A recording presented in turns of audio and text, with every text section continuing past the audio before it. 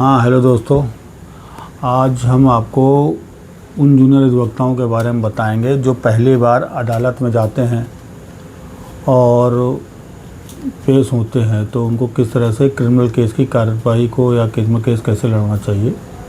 इसके लिए थोड़ा मैं आपको बताऊंगा, अपडेट करूंगा कि अब जब भी आप किसी कोर्ट में जाते हैं और क्रिमिनल केस की सुनवाई करते हैं तो आप प्रॉपर यूनिफॉर्म में जाइए, जैसे white shirt, black coat, band बंधा हो आपका, और वेल मैनर्ड में आप जाइए और कुछ तरह का अपने कलीग को भी देखते हुए और प्रॉपर यूनिफॉर्म में और मैनर में आप वहाँ पे कोर्ट में अंदर जाएं। और मान लीजिए आपको क्रिमिनल केस की तैयारी करनी है, क्रिमिनल केस करनी है, तो आप वो जब कोर्ट में जाते हैं तो उस फाइल संबंधित आप जैसे सारी चीज़ें थोड़ा सा डीप पढ़ के जाएं। जैसे एफआईआर पढ़ें, गवाहों के बयान पढ़ें, चार्जशीट पढ़ें, उसमें जो माल बरामदगी हुई है, पुलिस ने क्या रिपोर्ट लगाई है वो पढ़ें। गवाहों को बयान में जो इम्पोर्टेंट गवाह है, जैसे चश्मदीद गवाह होते हैं, इन लोगों को थोड़ा ध्यान से पढ़ें। और जब आप कोर्ट में जाते हैं तो फिर उसके बाद कोर्ट में ये देखिए कि आप उसमें किस बात पे आपको बहस करनी है। कोर्ट में पर डे जो हियरिंग होती है उसका एक अलग अलग उद्देश्य होता है। ये नहीं कि पूरा केस ही एक ही दिन में डिसाइड होता है। कोर्ट में जैसे आप जाएंगे कोर्ट में तो फिर हो सकता है कि वहाँ पे आप चार्ज पे बहस कर पाएँ, या जैसे आपको थोड़ा प्रोसीजर बता देते हैं कि जब कोर्ट में मुकदमा आता है तो एफआईआर, फिर चार्जशीट लगती है। चार्जशीट के बाद मान लीजिए अभियुक्त ने आपको चार्जशीट के बाद वकील हायर करा है तो आप पूरा डिटेल पढ़ के, क्योंकि अभियुक्त जो होते हैं या जो अभियुक्त बनाए जाते हैं उनको 2 या 3 बार बोलने का मौका मिलता है पूरे ट्रायल में। जैसे आप एफआईआर के बेस पे या चार्जशीट पे आप चार्ज बहस कर सकते हैं। अब चार्ज बहस करने के बाद आप नहीं हो तो डिस्चार्ज मूव कर सकते हैं, वहाँ बोलने मिल सकता है।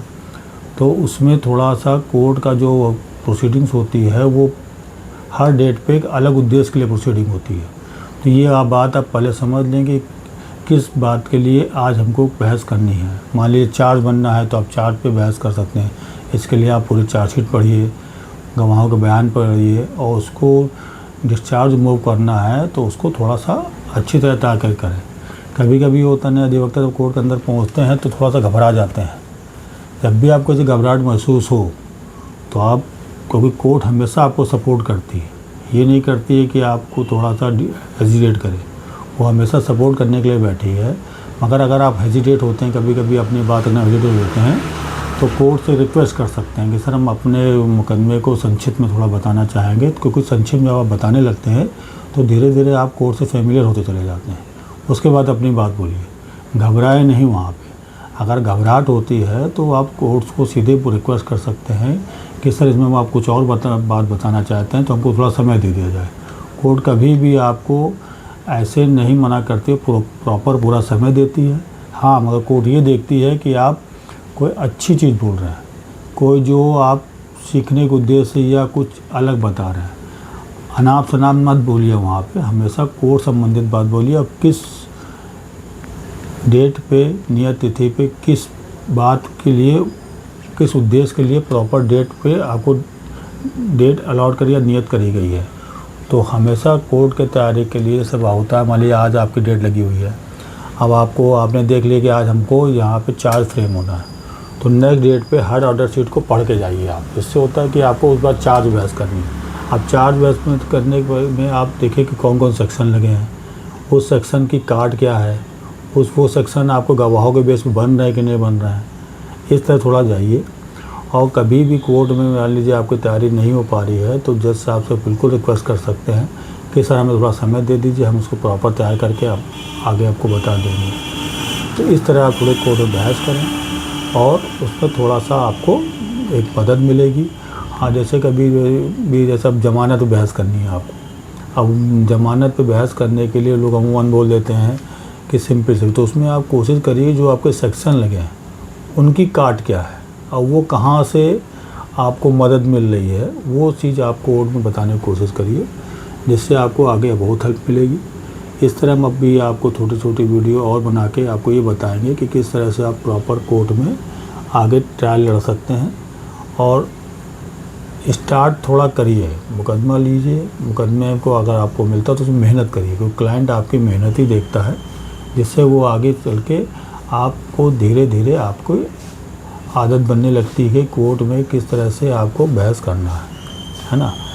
थोड़ा बेयरक भी देखा करिए, सेक्शन को ज़रूर देखिए कि आपको एफआईआर मिली है, क्योंकि क्लाइंट आपकी मेहनत को केवल परिणाम से नहीं देखता है, वो थोड़ा आपको ये भी देखता है कि आप उस केस में क्या कर रहे हैं, किस हिसाब से बहस कर रहे हैं, जिससे कोर्ट भी आपको आगे एक हेल्प करती है कि आपको मौका देती है कि आप इसमें थोड़ा सा और बहस करें, है ना। थोड़ा मैं आपको ये भी बताना चाहूँगा कि जैसे आज मेरा मुकदमा 138 का लगा था, आजकल थोड़ा सा सब चेंज हो गया है। 138 NI एक्ट में वो नोटिस पे इशू चलता है, तो जब नोटिस इशू हो गया तो एक अपोजिट पार्टी हाजिर हो जाती है, उसमें वो अपना जवाब वगैरह लगाती है। तो जवाब पे आज जैसे हमारा प्रसंज्ञान बिंदु पे था, प्रसंज्ञान बिंदु वो होता है कि पहले होता था डायरेक्ट सम्मन इशू हो जाता था, आपने बयान कर दिए, मुकदमा दाखिल कर 138 का, चेक वगैरह था उन्होंने मूल करा दी, 200 को बयान करा दिए, उसके बाद सीधे वो सम्मन इशू हो जाता था, सम्मनिंग में बहस होती थी। मगर जब से BNSS आया है तो उसके बाद थोड़ा सा NI एक्ट में भी परिवर्तन आया है कि पहले वादी जब मुकदमा फाइल करता है तो अपोजिट पार्टी को नोटिस इशू होती है, उस नोटिस पर अपना एतराज़ करता है, तो उसमें एडमिशन टाइम की स्टेज पे ही बहस होती है कि इसमें मुकदमा दाखिल हो कि ना हो। तो उसके लिए थोड़ा सा आप अगर पहले ही मेहनत कर लेंगे तो आगे आपको बहुत हेल्प करेगा। लोग घबरा जाते हैं कि अरे वो हाजिर नहीं होते हैं, किसी ने बेल कराएंगे, ये है वो करने के बाद, मगर आप उस पर हाजिर हुए। जैसे हमारे केस में आज एक प्रसंज्ञान बिंदु पे लगा हुआ था, तो उसमें कई चीज़ें निकल के आ रही थी, जो हमको भी सीखने मिलता है कि इससे एक अलग तरह से आता है मुकदमा। कभी कभी होता है सिविल नेचर के मुकदमे होते हैं, वो NI एक्ट में ले आते हैं, तो इसमें कई केस लॉज वगैरह बहुत अच्छे हैं जो आपको मैं आगे बताता रहूँगा। ठीक, आज के लिए इतना ही, फिर आगे मैं आपको और थोड़ा फिर बताऊँगा। आज के लिए बस इतना ही।